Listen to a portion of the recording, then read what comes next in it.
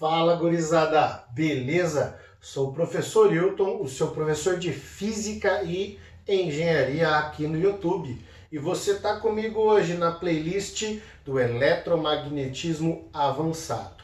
Nossa aula de hoje é a aula de encerramento do nosso primeiro capítulo, que a gente intitulou de Análise Vetorial. Para a gente poder encerrar, vamos vir com alguns teoremas fundamentais que nós temos no cálculo, que nós trazemos para a nossa disciplina, ok? Além de algumas noções de derivadas que veremos a seguir. Bem, dentro dos teoremas que nós vamos ver, começo pelo teorema fundamental do gradiente. Ele diz o seguinte, acompanha aqui comigo. A integral de linha do gradiente é igual ao valor da função escalar nos pontos de extremo. Então, assim, como assim, professor? A gente vai escrever agora a ideia geral. Então, a gente tem um campo escalar, que a gente já vem definindo há um bom tempo, como um campo f de xy, que é uma função, e nós vamos olhar os extremos, de A a B, e avaliar essa integral de linha. Então, a nossa integral de linha, que a gente chamou de integral L, ela vai dos extremos A. Deixa eu pôr mais para baixo.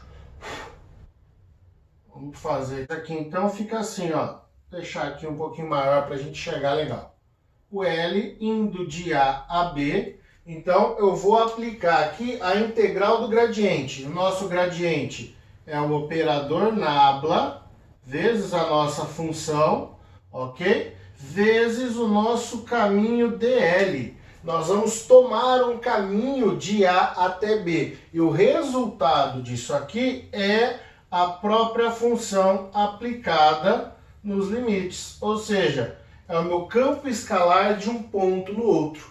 Esse é o nosso teorema fundamental. Vamos enquadrar aqui este resultado obtido. E vamos fazer agora uma breve discussão. Bem, então está aqui a nossa integral. Vamos entender. Vou fazer o caminho assim, ó, até lá. O que a gente vai observar? Como nós aprendemos, né, o que era o gradiente, nós pegávamos pontos na função e destes pontos tínhamos um vetorzinho. Esse é o nosso vetor gradiente, lembra? Produto escalar. E a gente vai olhando isso trecho a trecho da função. E vamos traçando o nosso vetor até chegar lá. Lógico que eu vou pegando cada elemento menor possível e vou somá-los. Só que ao resolver isso, dá na mesma situação que olhar para o extremo. Por quê? Porque este campo é um campo conservativo. E sempre que a gente aplica uma integral de linha no campo conservativo, ela independe do trajeto. Ela só depende dos extremos. Vocês devem lembrar de trabalho. Vocês lembram lá do trabalho mecânico, que vinha de uma ideia conservativa, forças conservativas? É esse aspecto que nós estamos tomando. Bem, então a gente tem duas situaçõezinhas. A primeira, observação, ó.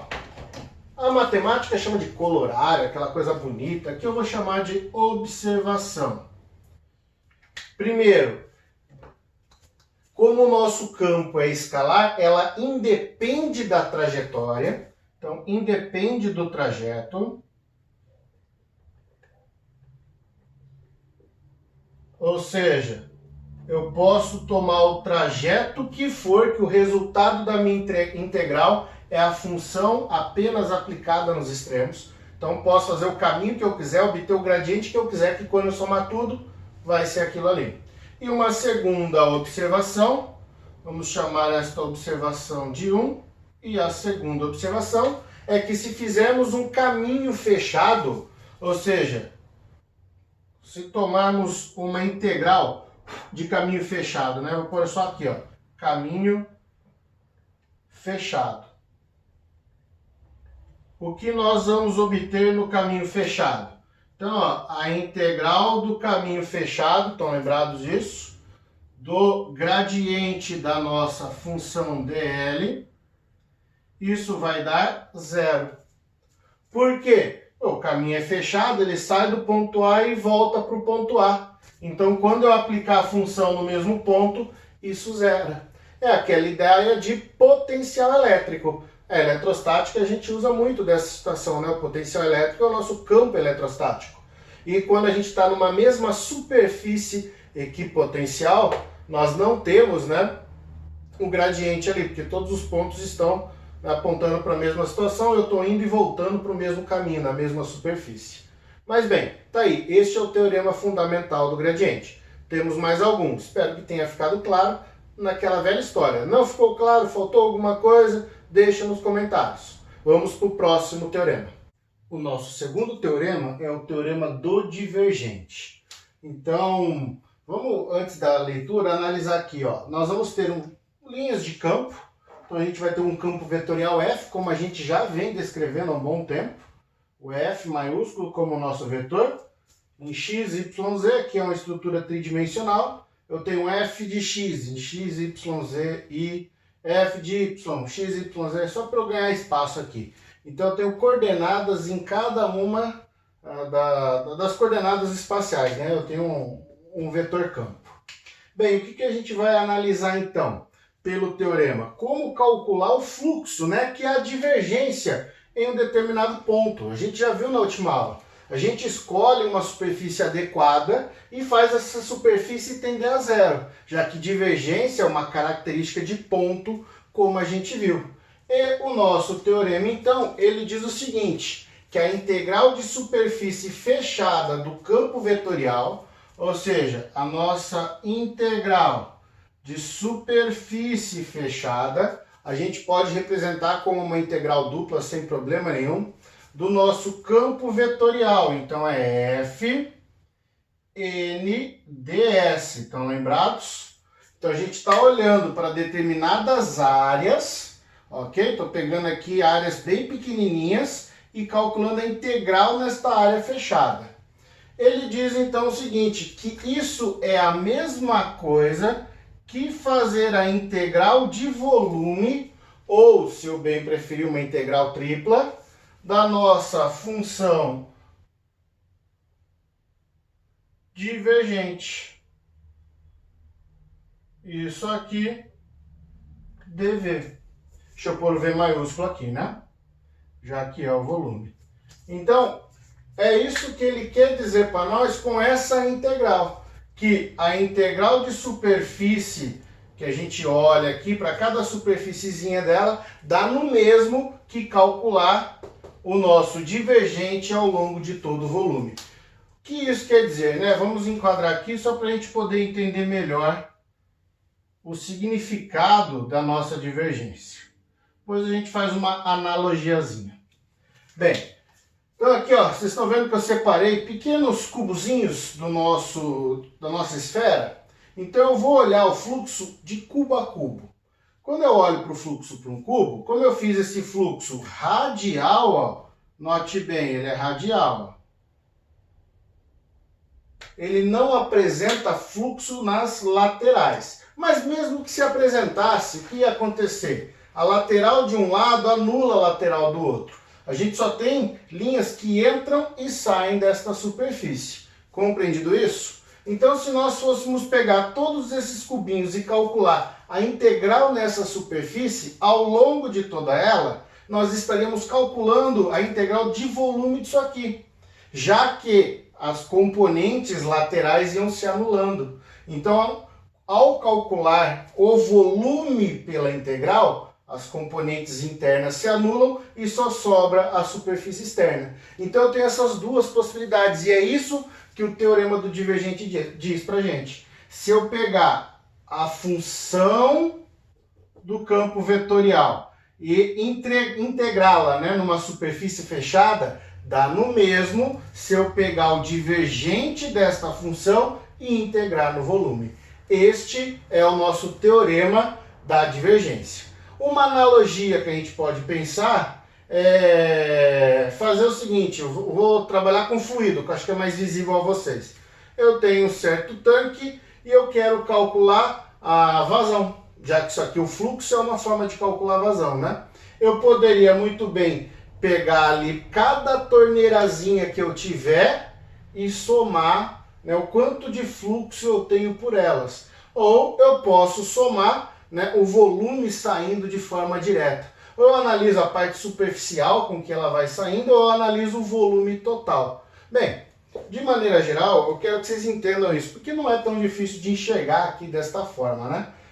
O cálculo da superfície da esfera é idêntico ao cálculo do volume da esfera, já que os volumes internos ali do fluxo vai se cancelando. Mas esse teorema da divergência ele é importante. Lógico que visualmente para mecânica de fluidos ele cabe bem, mas quando a gente entra em lei de Gauss ele ajuda bastante. Bem, tá aí esse teorema, temos mais algumas coisas pela frente, vamos para elas. O nosso último teorema é o teorema do rotacional. Bem, este teorema aqui diz o seguinte, vamos lá, que a integral de caminho fechado de um campo vetorial é igual à integral de superfície do rotacional sobre a superfície aberta. O importante, diferentemente do nosso teorema, né, do divergente, que era sobre uma superfície fechada, e a gente fazia análise da superfície fechada com o volume, essa nós vamos ter uma superfície aberta. E nós faremos o cálculo da superfície aberta com a integral de linha. Só que essa é uma integral de linha fechada, que a gente chama de caminho, né? A integral de caminho fechado. Bem, então a nossa integral ela fica assim, ó.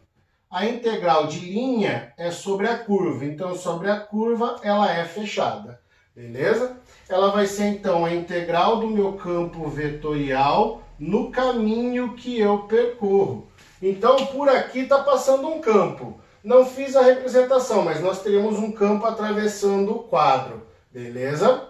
Bem, e aí eu vou então fazer um caminho fechado. Lógico, você escolheu, né, um caminho aqui, horário ou anti-horário, nessa curva para poder olhar. Mas eu vou ver como é que o campo vetorial está sendo projetado nesses pequenos caminhos dl.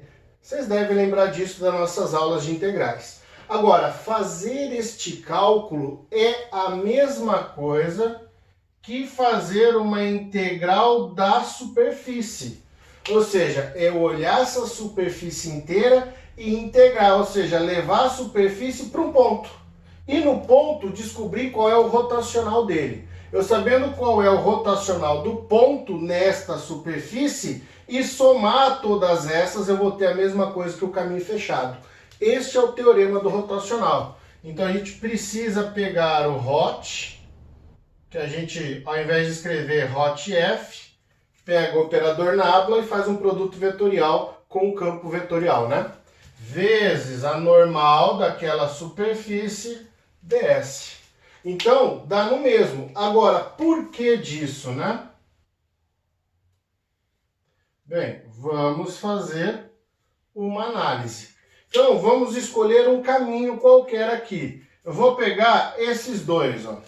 Então, vou circular este retalhozinho que eu fiz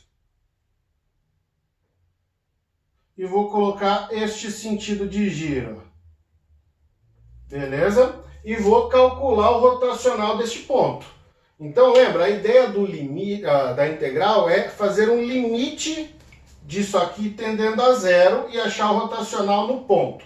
Lembrando, propriedade do ponto, né? Rotacional e o nosso divergente, são propriedades de ponto. Então a gente vai olhar para um ponto e girar ao redor deste ponto para descobrir para onde está o rotacional. Se está para fora ou para dentro. Estão lembrados disso? Como eu estou girando aqui, ó, regra da mão direita. Eu estou olhando o meu rotacional apontando junto do vetor normal. Bem, mas isso aí é assunto das aulas anteriores. Volte aí e dê uma assistida se você é novo na nossa aula e no nosso canal.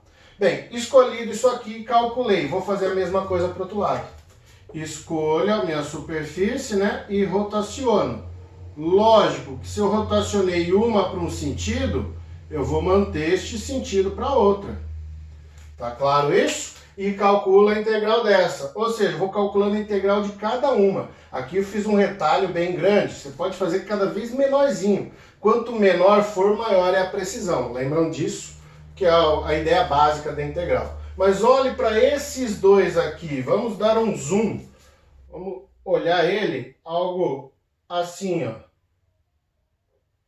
Só um pouquinho maior para ficar claro para vocês. Note que estou indo para a esquerda, para baixo, direita, para cima e para cima. Pronto, tá aí. Agora, olhe bem, a gente tem que calcular a integral de linha. Então, eu vou fazer a integral de linha de trecho a trecho, né? Isso é integral de linha. Tranquilos? Se eu olhar a integral de linha desse pedaço com esse pedaço, ó, tem os dois juntos, há uma soma. Integral de linha desse pedaço daqui com esse pedaço daqui, ó, vai dar uma soma, ele está caminhando junto, assim como esse. Agora, olha aqui no meio, um para cima e um para baixo.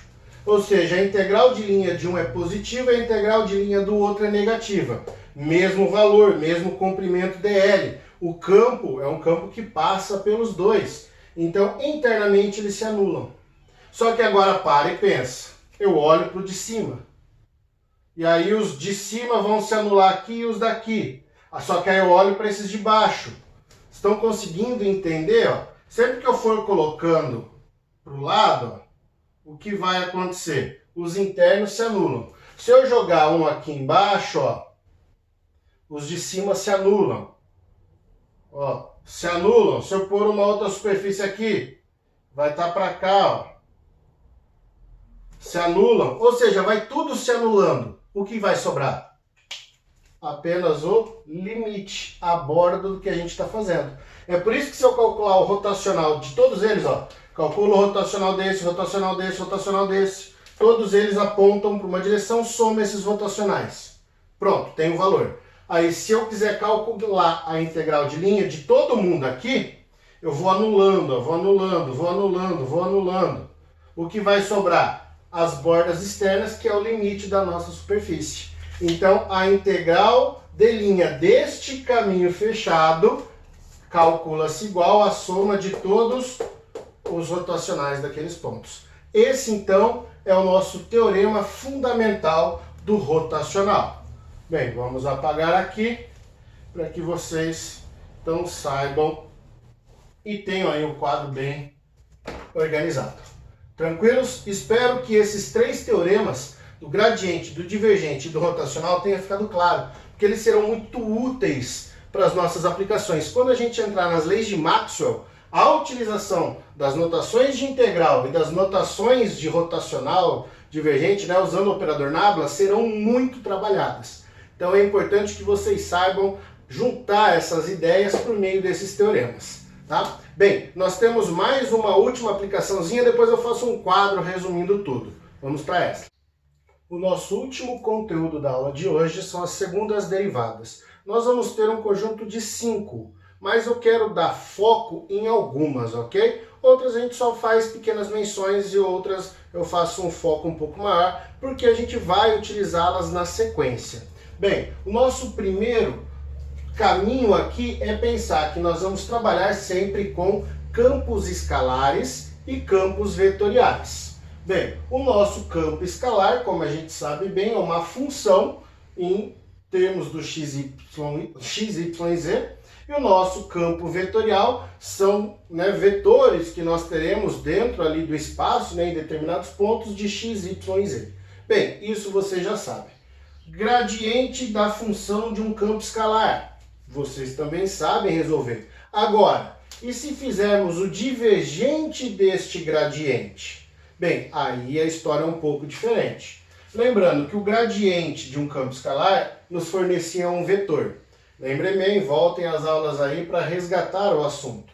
Mas isso aqui dá um vetor.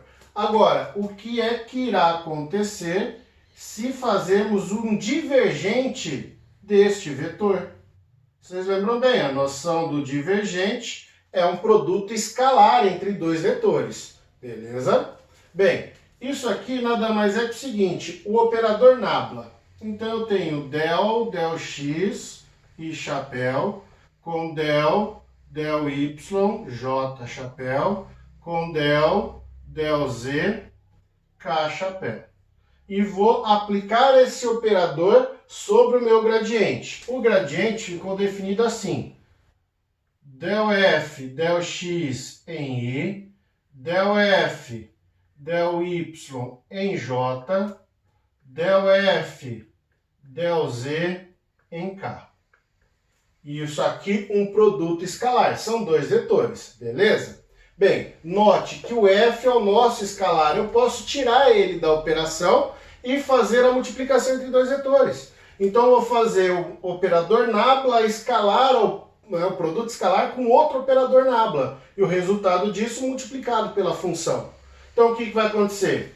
Del f, del xi com del f, del xi. Multiplico as derivadas, porque são números, e o vetor i vezes o vetor i. Eu tenho dois vetores unitários apontando mesma direção e sentido, ângulo zero, produto escalar, cosseno dá 1. Estão lembrados? Aí eu faço a distributiva. A gente aprendeu isso nas nossas primeiras aulas, né? Que é o produto escalar. Então, o que vai acontecer aqui, ó? Quando fizermos o divergente do nosso gradiente, as nossas derivadas ficam derivadas segundas. Então, eu tenho del 2x2, o i ele some, vezes a função. Então, é isso que a gente tem. Ou seja, eu tenho um número mais a derivada segunda da função em y mais a derivada segunda da função em z. Ou seja, eu tenho três números. Então, sempre que a gente fizer o divergente do gradiente, o que era um vetor, agora ele torna-se um escalar. Ok? E isso aqui, para nós, fica representado da seguinte forma. O gradiente aqui, como um produto escalar do divergente, não, o divergente do gradiente, é uma derivada segunda do operador nabla na função. Esta nossa equação aqui, que eu estou enquadrando, ela é chamada de Laplaciano. Lógico, não é a equação, né? É o operador nabla quadrado aqui, representa o Laplaciano. A gente vai usar muito isso aqui mais para frente, tá? Então, lembrar. Aí você fala, professor, mas e se eu estiver fazendo o gradiente do vetor? Eu vou aplicar o vetor nabla sobre a função vetorial. Vai dar a mesma coisa. Eu falar que eu estou fazendo o operador nabla da minha função vetorial, eu vou estar olhando essas derivadas parciais sobre os i e jk, né? Eu vou ter três componentes desse nosso vetor. Isso aqui não muda em nada em relação à ideia, que a gente obteve as três em função da função escalar, nós obteremos as três em função do vetor. Ficando assim, ó, eu vou ter nabla 2f, né? Deixa eu tirar o pontinho daqui só por padrão. Só que em x e chapéu mais nabla fy j chapéu mais nabla fz k chapéu. Ok? Então a gente aplica, né, o Laplaciano no campo vetorial, a gente passa a ter componentes, né? Gera um vetor aqui para nós. Mas o importante é lembrar que o Laplaciano, que é o nabla quadrado, ele representa a nossa segunda derivada. Bem, tá aí o que eu considero assim de bem importante para levarmos para frente. Mas lógico, temos algumas outras situações que não podemos esquecer. Vamos para elas. Fechando nossa aula, então, nós temos o restante, né, dos itens das nossas segundas derivadas. Bem, o rotacional do gradiente é algo que nós vamos usar bastante, ok? Nós já vimos ali o Laplaciano, que é do nosso uso, e agora o rotacional do gradiente. E sempre este produto aqui que nós vamos estar trabalhando vai dar zero. Por quê? O que era o gradiente? É um vetor que no ponto nos mostra uma direção. Se ele só está apontando a direção, ele não vai rotacionar. Ele é irrotacional. Próximo item é o gradiente do divergente, que é algo raramente utilizado. E o mais importante, que nesta operação, o nabla, né, multiplicado aqui duas vezes, ele não é um Laplaciano, ok? Divergente do rotacional, outro que nós vamos usar bastante e é zero. Então a gente está vendo um rotacional e aí ao olhar o rotacional ele tem que apontar para um ponto, já que ele é um divergente, ele tem que divergir, aí como algo que gira diverge. Então nós temos que este divergente ele é zero. E por último, o rotacional do rotacional, né? Este tem uma operação matemática a ser feita, né? Em que a gente faz aqui a operação do gradiente do divergente e ainda subtrai, né, a operação do nosso laplaciano. Bem, essas notações raramente também usaremos, a gente fica com essas do zero, porque é importante para nós, e a operação laplaciana. Bem, com isso eu concluo com vocês as revisões do nosso capítulo 1. Espero que tenha ficado claro para todo mundo todos os teoremas que nós vimos. Alguns recebem nome, né? Teorema de Green, Teorema de Stokes, Teorema de Gauss, né? Mas eu resolvi, né, mencionar como Teorema do Gradiente, Teorema do Divergente, Teorema do Rotacional, para fixar o que nós já estudamos e aqui trazendo algumas segundas derivadas que teremos também ao longo do nosso curso. Espero que tenha ficado claro, né, todo este capítulo 1 para vocês. Caso alguma coisa ficou faltando, deixa nos comentários do vídeo o que não ficou legal, o que você gostou, o que ficou na dúvida, que eu vou estar sempre respondendo para vocês. Se você não está inscrito no canal, se inscreva. Você que está chegando agora, né, não conhece o trabalho, assista os outros vídeos para poder aprender um pouco mais sobre o nosso eletromagnetismo. Bem, não esqueça de curtir, compartilhar, né, e comentar os nossos vídeos. Vou ficando por aqui, encontro vocês nas nossas próximas aulas. Um forte abraço e um beijo no cérebro.